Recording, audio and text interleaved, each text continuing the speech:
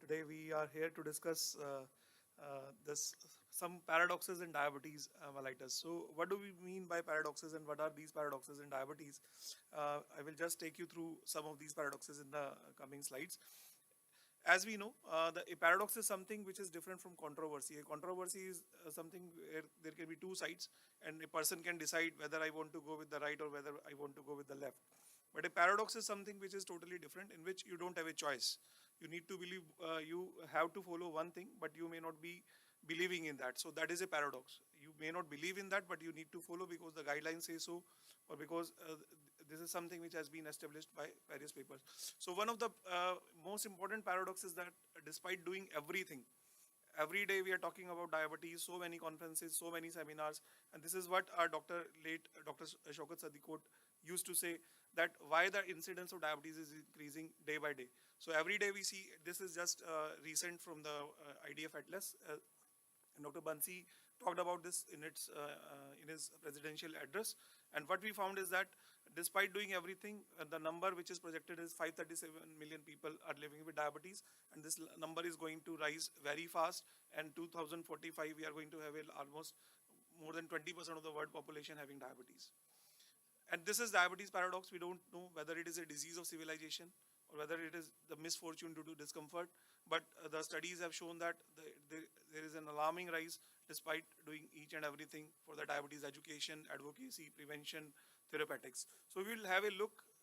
And this is what a paradox is, that the green button, the red button here says that the green button is true, and the green button here says that the red button is false. So we don't know what is true and what is false. So there can be paradoxes which can be related to diagnosis, clinical examination, management, which include lifestyle modification, drugs, and the complications of the diabetes. We all know what are the cutoff values for the diagnosis of diabetes, and I will not go into the details of that, but what is important to understand is that there is a big discordance when it comes to fasting plasma glucose and HbA1c, as well as the HbA1c and 2-hour postprandial plasma glucose. If you see at this slide, you will find that patients with fasting plasma glucose more than 126 and HbA1c more than 6.5, only 53% of the patient have both these two values positive at the time of diagnosis. 22% have fasting plasma glucose more than 126 but an HbA1c of less than 6.5, and another 25% may have an HbA1c of 6.5% and above, but fasting plasma glucose of less than 126.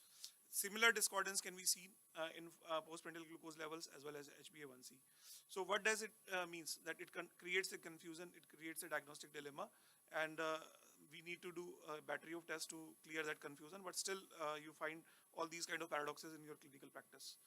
This is again very important, and this is a paradox. You will see that we all know that HbA1c have many fallacies, and I'm sure my next speaker is going to cover that when he talks about the HbA1c and other aspects. But look at this slide where you will find that there are, if you look at this slide, this is the concordance in men with diabetes, concordance in fasting plasma glucose and the HbA1c level you will see. But this concordance increases with the presence of iron deficiency anemia. But what is happening in the females, you will find it is totally opposite, which is happening. There is no change in concordance in the females. So again, this is a paradox. Then why the concordance rate increases in men with iron deficiency anemia, but not in women with iron deficiency anemia? This is again one study which compared the A1C fasting and 2-hour postprandial glucose criteria to diagnose diabetes in Italian Caucasians, and you will see that when fasting plasma glucose and HbA1c is applied, only 40% of the patients they had a concordance, and when 2-hour post PG and HbA1c is applied, only 33% had a concordance. So this is again a paradox. This is paper by Dr. Bansali from Chandigarh, and what you can see is that you will find that the sensitivity and the specificity of HbA1c at different cutoffs in newly diagnosed type 2 diabetic, and sensitivity is only 65% at a cutoff of 6.5%, and specificity is only 88%. So this is again something difficult. There may be many possible explanations. I will not go into detail of that. Again, you will find that there is a age-related differences in the HbA1c also, and this is an old paper again from Dr. Bansali, and a recent publication from Dr. V. Mohan also says that as the age we go up in the age, the HbA1c tend to rise. So if you just focus at the upper part of this slide, you will find that in the age group of 20 to 29, the mean HbA1c is 5.3 with a standard deviation of 0.02. that is 5.2 to 5.3, and above the age of 70 years, the mean HbA1c tends to be between 5.5 to 5.8. So this, what is the implication of this change in HbA1c with the age? We yet don't know. There are paradoxes in clinical examination also. And if you see, one of the very common example is diabetic foot ulcer. When there is an absence of pulse, you get a ischemic ulcer. When the pulse is still present, you may still get a neuropathic ulcer. And you may not have a pulse and still there may not be any ulcer because there is a coexisting collateral, which is a normal aberration in 10% of the people. So this is something which is we need to see. Then this is very interesting. We gain weight despite continued lifestyle modification, and we all know this theory that when we tend to reduce weight, the cycle in the body sets up just like that. There is a stressed adipocytes, inflammatory cells, the entire inflammatory cascade is activated, and the person is again pushed towards the regain of the fat mass. So this is a very, very important question. Is weight gain in type 2 diabetes healthy? So if you look at this, this is the altered fat topography in patients with type 2 diabetes, you will find that there is an increase in plasma-free fatty acid, muscle fat, hepatic fat, and the arterial fat, and subcutaneous fat, as well as the intra-abdominal fat, and so does there is an increase in the pancreatic fat. But if you look at the weight gain with anti-diabetic medications, this slide simply shows that if you leave the GLP-1 receptor agonists and the SGLT2 inhibitors, and which reduce weight, and DPP-4 inhibitors which are weight neutral, you will find that most of the anti-diabetic medications, they are causing weight gain. But what does it means? When you try to push the HbA1c down, you need to use more and more medications because you are trying to attain an intensive glycemic control. And we all know that with the intensive glycemic control, there is an increase in CV morbidity and mortality. At the same time, you will find that when you push more medications, you will find the patient tends to gain more weight. And this again gain in weight is explained by this obesity paradox, where you will find that if a person is underweight, then the known cardiovascular mortality increases, and if a person is overweight, the cardiovascular mortality increases. But there are still there are studies which contradict this. We know that with every 1 kg weight gain due to type 2 diabetes leads to a 7.1% relative risk of heart failure. And we also know that this is the Swedish National Diabetes Registry, which finds that the CV risk increases with increase in BMI in type 2 diabetic patients. But if in proactive trial, what happened? Only one factor which predicted that participants would not die. And if you will be surprised to know that what is that factor? This factor was weight gain. So again, there is a big paradox that how this weight gain is productive, but there are many studies, let me tell you, from the critical illness side, and it says that a higher body weight may sometime offer you a survival benefit, maybe because of the higher energy reserves, anti-inflammatory mediators, presence of the endotoxin binding lipoproteins, adrenal steroid synthesis, activation of the RAS, cardioprotection, and the muscle strength preservation. So again, there is a paradox here. And we all know, when we use drugs like pioglitazone, there is a change in the fat topography, and the fat is again distributed. So what is seen there?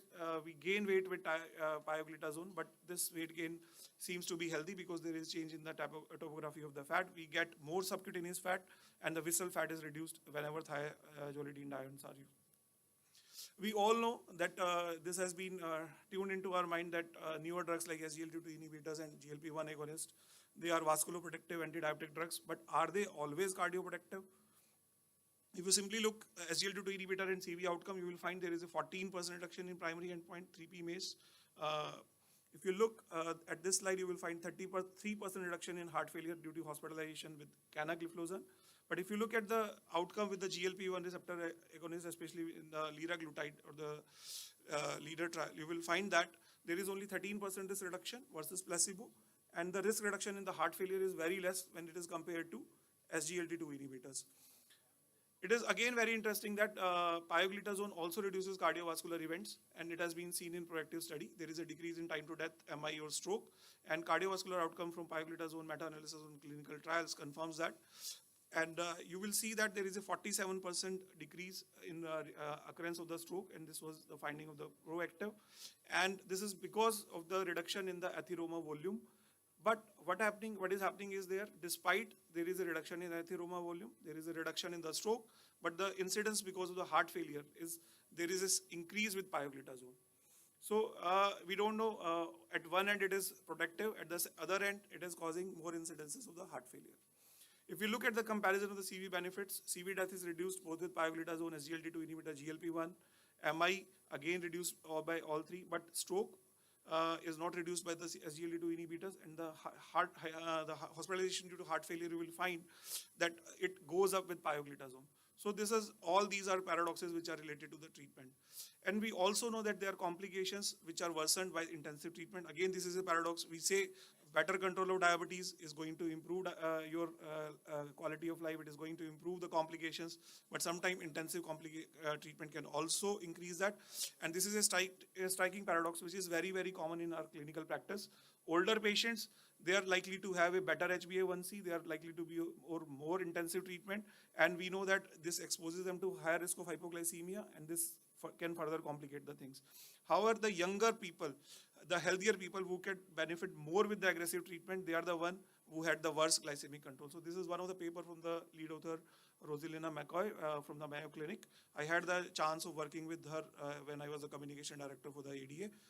So this is again very, very important, and it is important to understand the paradox. We all know that intensive glycemic control can worsen retinopathy, and it has been proven in the DCCT trial. Other complications like macular edema can worsen with intensive insulin therapy as well as pioglitazone. Liraglutide, non-significant but can lead to worsening of retinopathy. And we all know that neuropathy can also worsen with the use of intensive insulin therapy. If you look at the anti-diabetic drugs in non-diabetic states, you will find that non-diabetic uses metformin, pioglitazone in PCOD, NASH, pioglitazone, metformin, SGLT2, congestive heart failure. Now we know SGLT2 inhibitor and DAPA after the DAPA heart failure, DAPA-HF trial. Obesity, GLP-1, SGLT2 inhibitor, and there are so many other usages also. But what I would like to say is that paradoxes in diabetes are encountered in day-to-day clinical practices, whether it comes to diagnosis, clinical examination, investigations, or whether it is the management. So one should be aware about these paradoxes so that we can avoid the clinical errors. Thank you very much.